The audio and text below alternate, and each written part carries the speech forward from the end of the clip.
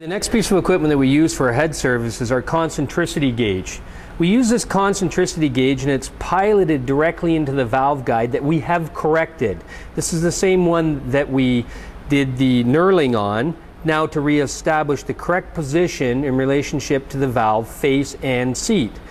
What we want to do is the valve face and the valve seat have to be matched and equal on planes. If we had a concentric angle, both these planes would be on the same angle and the exact same distance apart.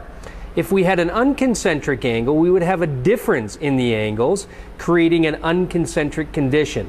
Most manufacturers allow anywhere from 3 to 5 thou of an unconcentric angle, and that's based on overall concentricity between those two planes.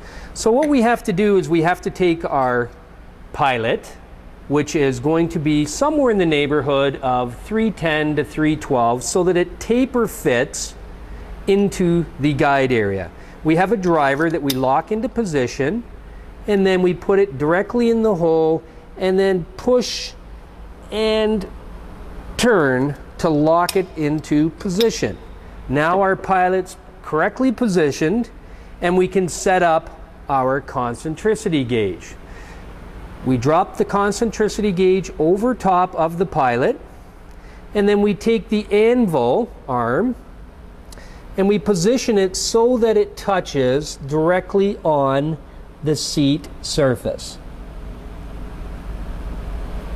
Now, we should try and establish at least 50 thou or better of dimension on here. This allows the gauge to read up and down as we rotate it through its dimension.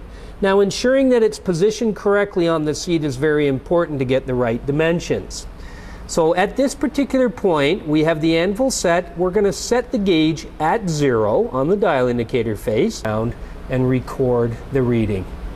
This one in particular, it's swept to 1 thou already, sweeping back to 9. So overall, the concentricity dimension we have here is between 9 and 10 thousandths of an inch. Now what we have to do is we have to correct that by going in and one of a couple things. Adjusting either the guide so that it's correct, but we've already done that through knurling. So now the next step would be to resurface the valve, which we have done.